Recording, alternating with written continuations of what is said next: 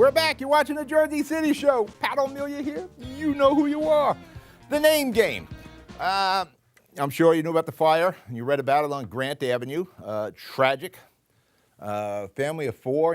4 members of the same family were wiped out. Our prayers and thoughts are with those people. Now the city is going to knee-jerk react. We're going to change the name of Grant Avenue. The problem was a dispatching error of some sort. Over, was it Grand Street or Grant Avenue? I don't know, as you say, Grand Street, Grant Avenue. There doesn't seem to be too much confusion. But when somebody was calling in as the fire is going on, that person is very concerned, they're nervous, they're scared, they see the fire, and they're yelling, Grant, fire on Grant. Dispatchers thinking they're saying Grand. The real problem here with the confusion and miscommunication was street and avenue. If we're going to get into sound-alikes, there's a lot of sound-alikes here in Jersey City. Where do you draw the line? Now, Grand Street and Grant Avenue, I guess there's a similarity. Now when you start saying the street and avenue part to it, I guess there's a similarity. How far do we go in changing this? Well, if we're going to change one sound-alike, I guess you got to go around and start changing a lot of sound-alikes. And we got a lot of sound-alike streets here in Jersey City. Up here in the Heights, we got Sherman Avenue, Sherman Place. I don't think there was ever confusion. I want to remind everybody, Jersey City Fire Department's been responding to calls for over 100 years. And, there's always going to be human error, always going to be mistakes, but it doesn't happen too often here in Jersey City. We have one of the finest fire departments in the United States of America. I don't think we need to do all this knee-jerk reaction, but continue. You got the Van Ripens, the Van Ripen Avenue, Van Ripen Street, I believe. And you get down to Country Village, Suburbia. Oh, man. When I was doing a Christmas show, I thought I was at the apex. I was like a Suburbia Drive, Suburbia Terrace, Suburbia Street, Suburbia, everything down there. You'd have to go through a lot of name changes. There's another one, the Monsignor guy. I forget his last name. It's unpronounceable. When the city wants to get into this, and if they don't take care of every sound-alike, and if something happens again, the city's way on the hook because we didn't take action there. Again, I don't recall ever in Jersey City where we had this mistake before. And again, there are humans involved. It's very difficult to remove the humans. The NFL has instant replay. They go under the hood. Guess what? There's still human error there.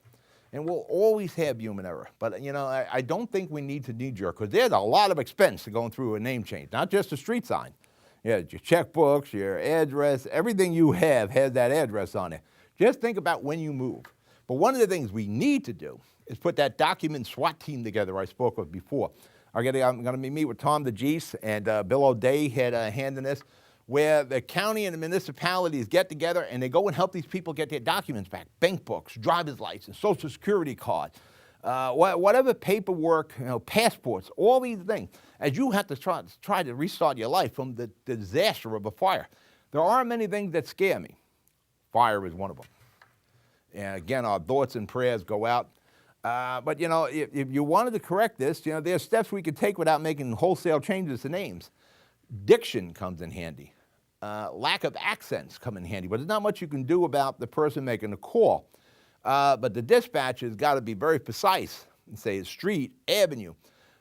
You can have text messages going to the fire department, so it's not a call. And I assume the fire department has some computer. They're looking at the reader, so we got a fire at so-and-so, not just everything over the radio. Diction, cross streets would help. Texting the fire department. And, what communication from the 9/11 dispatch to the fire department. Now, by people who follow me on Twitter, and I'm starting to pick up some followers now, New York City, there's a bunch of sound-alike streets in New York City. Atlanta, Georgia, there are 71 streets with Peachtree of some sort in it. Peachtree Drive, Peachtree Street, Peachtree Boulevard, Peach Street Plaza. There's like a bunch of peach trees down there. So my Twitter followers that sent me that information, thank you. Same thing with New York City. I don't think it's really a case that we have to change all the names, but we have to be more precise in what we're doing. Again, diction. Again, cross street.